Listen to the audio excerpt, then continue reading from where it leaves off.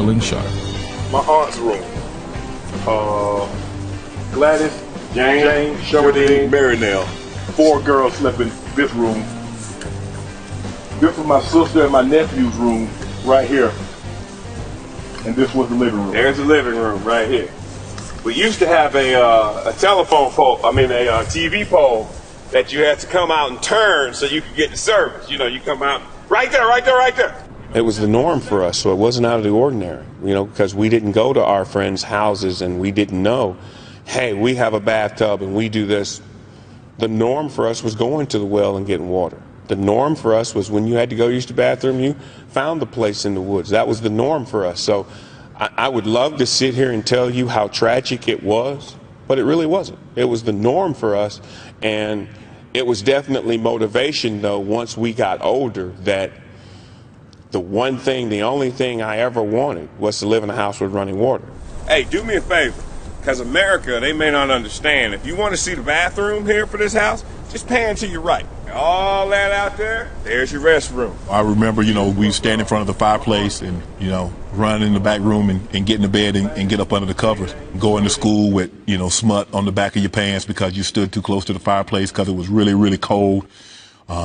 You know, there's no paneling in the house. There's no insulation in the house. It was basically cinder blocks, cement floors. And so it was really, really cold in the winter, and it was really, really hot in the summer. My grandfather, my grandmother, she and I slept in this room. Mary Porter was a no-nonsense lady who raised 9 children and 3 grandchildren in this 1,000-square-foot house. At times, up to a dozen family members lived in this cinder block structure with a cement floor, no running water, no indoor plumbing, all heated by a tiny fireplace. We had what we needed. We didn't ask for anything, didn't ask for a whole lot, and I think it made us determined. In addition to farming, Granny supplemented the family income working as a housekeeper. She worked at the Glenview Nursing Home from, I think her shift was from 7 to 3.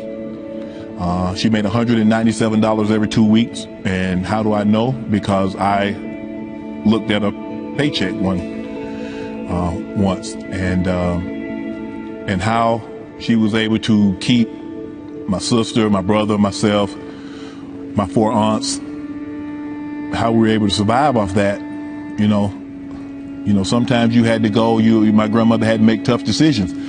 Is it going to be the lights or is it going to be the gas this month? I remember my grandmother telling a story about how they used to have to wash the clothes for the people that property they lived on Monday through Saturday. And on Sunday, they want to go to church. So they'd go to church and come back home, and the people would bring a load of clothes over, and she was like, it's Sunday and we just got back from church. And the people would tell them, say, well, Lou, if you don't wash these clothes, you're going to have to move on. And it just broke my heart. Granny's financial anxiety was like a hammer pounding in Shannon's head. It became a constant rhythm that drove him forward. I remember if, you had a cut, you couldn't go to the doctor, and, you might need 5-10 stitches, but you weren't going to the doctor. If you had a toothache, my grandfather just pulled it. It was no dentist. I just knew that there was something outside of Glenville that I had to get to it.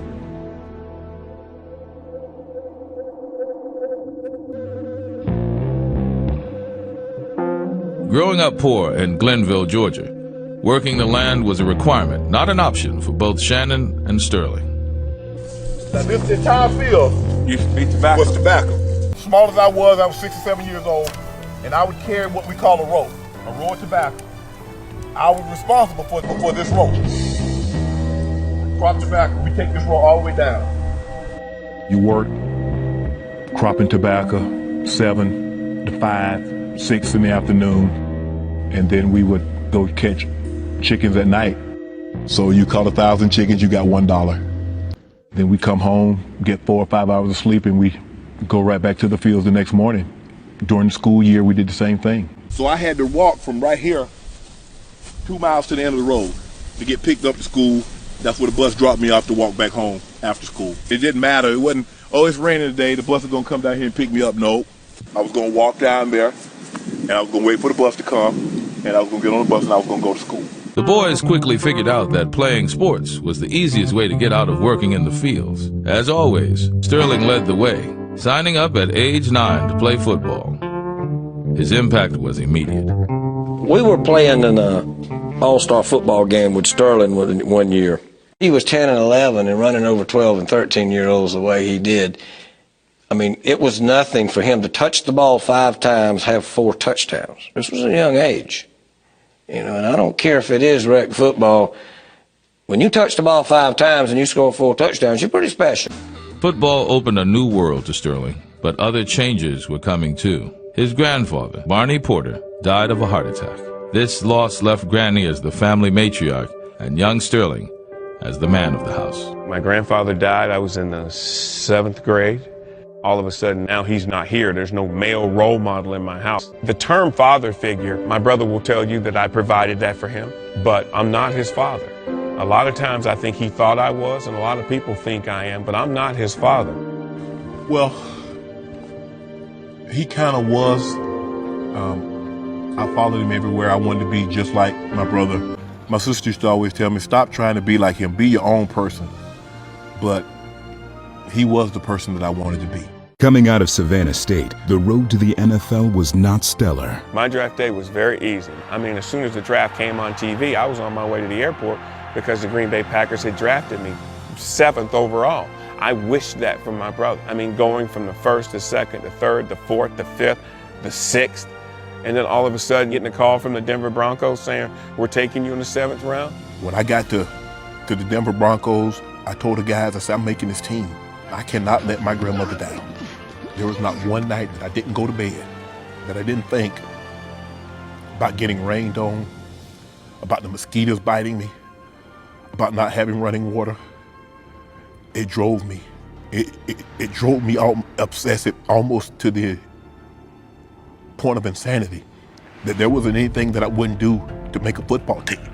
While Shannon was learning the pro game, Sterling's career was flourishing until in the 1994 season, a neck injury forced him to retire. I'm just starting to come into my own. I'm just starting to become the player that I thought I could become and I wanted to become, and now he's no longer there. Throughout his career, Shannon carried the weight of his brother's injury, his upbringing, and focused his energy on being the very best. World champion, All-Pro, member of the 1990 All-Decade team. With all of his many accomplishments, one thing remained. So many people had went above and beyond what was necessary in order for Shannon Sharpe to be successful. I represented Mary Porter.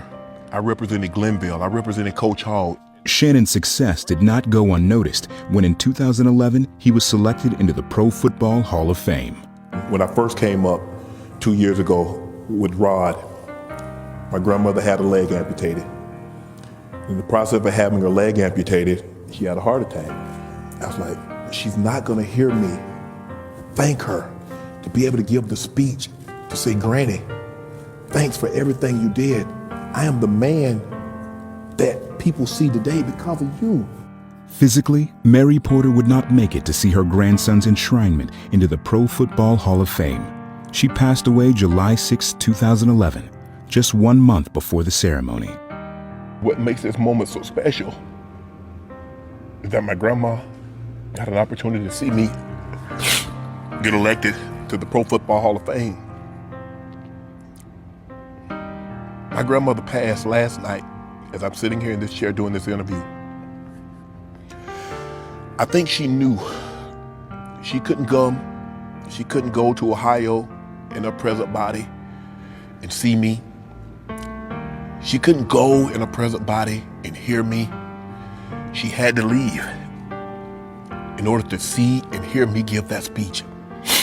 You just to realize that my grandmother's not here anymore, and it hurts. I know she's saying, baby, don't cry. She's saying, we all got to do it one day. And there's no question in my mind I would be where I am sitting in this seat had it not been for her. Give me a second, guys. I'm sorry.